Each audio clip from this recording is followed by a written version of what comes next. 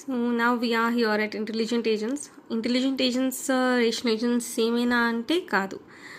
Intelligent agents are very similar. అవి రేషనల్గానే ఆలోచించాలి, అప్పుడు వాటిని ఇంటెలిజెంట్ ఏజెంట్స్ అని కూడా అనగలము. బట్ రేషనల్ ఏజెంట్స్కి ఒక proper definition, it's a very defined concept. Artificial intelligent కాన్సెప్ట్స్లోకి వస్తే కనుక ఇంటెలిజెంట్ ఏజెంట్ అనేది ఒక లిబరల్ టర్మ్, లైక్ ఒక జనరల్ టర్మ్ లాగా వాడతామన్నమాట. As I said, the liberal term to consider some agents as intelligent. And వీటిని ఇంటెలిజెంట్ అని ఎప్పుడు అంటాము అంటే,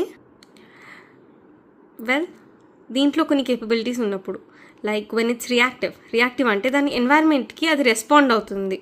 అంటే ఇప్పుడు పార్క్లో పెట్టినప్పుడు ఆ ఏజెంట్ని, అంటే ఒక వాక్యూమ్ క్లీనర్ని తీసుకోండి, నేను ఇంట్లో పెట్టినప్పుడు ఒకటేలాగా బిహేవ్ చేయకుండా డిఫరెంట్గా పర్సీవ్ చేసుకుని దాని ఎన్వైర్మెంట్స్ని, దానికి తగ్గట్టు రెస్పాండ్ అవ్వాలి అది. అండ్ టైమ్లీ రెస్పాండ్ అవ్వాలి. అంటే ఒక రాయి దగ్గరకు వస్తుంది అంటే కనుక అది టైమ్లీ పక్కకు తప్పుకోవాలి, అది వచ్చి కొట్టేంత వరకు వెయిట్ చేయకుండా. అండ్ ప్రొయాక్టివ్గా ఉండాలి, అంటే దాని గోల్స్ అదే సెట్ చేసుకోవాలి. అంటే ఇప్పుడు అది ఒక రాయి ఎగిరి వచ్చిందంటే అది వచ్చే లోపల నేను పక్కకు తప్పుకోవాలి అన్న ఒక గోల్ అది పెట్టుకొని ఆ గోల్కి తగ్గట్టు అది డెసిషన్స్ తీసుకొని మూవ్ అవ్వాలి ఆ ఏజెంట్. అండ్ సోషల్ ఎబిలిటీ ఉండాలి, కొంచెం ఇంటరాక్ట్ అవ్వగలగాలి విత్ అదర్ ఏజెంట్స్ అండ్ హ్యూమన్స్తో కూడా పాసిబిల్లీ, లైక్ ఎలెక్సా ఎట్లయితే మనకి రెస్పాండ్ అవుతుందో అట్లా. అండ్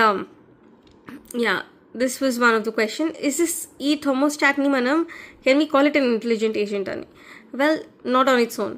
జస్ట్ దాన్ని మనం ప్లస్ మైనస్, అది చల్లగా ఉందా చూసి వేడవ్వడం, వేడిగా ఉందా చూసి చల్లగా అవ్వడంతో రేషనల్ ఏజెంట్ అనొచ్చు, బట్ ఇంటెలిజెంట్ ఏజెంట్ అనలేమేమో. ఇంటెలిజెంట్ ఏజెంట్ ఎప్పుడవుతుందంటే అది హ్యూమన్ బీయింగ్స్ వాళ్ళకి ఎలాంటి టెంపరేచర్ సిస్టమ్, ఎలాంటి టెంపరేచర్స్లో ఉండగలుగుతున్నారు అవన్నీ అది ముందరే పర్సీవ్ చేసుకుని ఆ ఎన్వైర్న్మెంట్కి, అంటే బయట టెంపరేచర్కి, ఉష్ణోగ్రతకి అది ఎంత సెట్ చేసుకోవాలి అన్నది for the humans that are going to come there, అది తెలుసుకొని దాన్ని బట్టి అది సెట్ చేసుకుంటే అప్పుడు దాన్ని ఇంటెలిజెంట్ ఏజెంట్ అనగలం. So this is the major difference.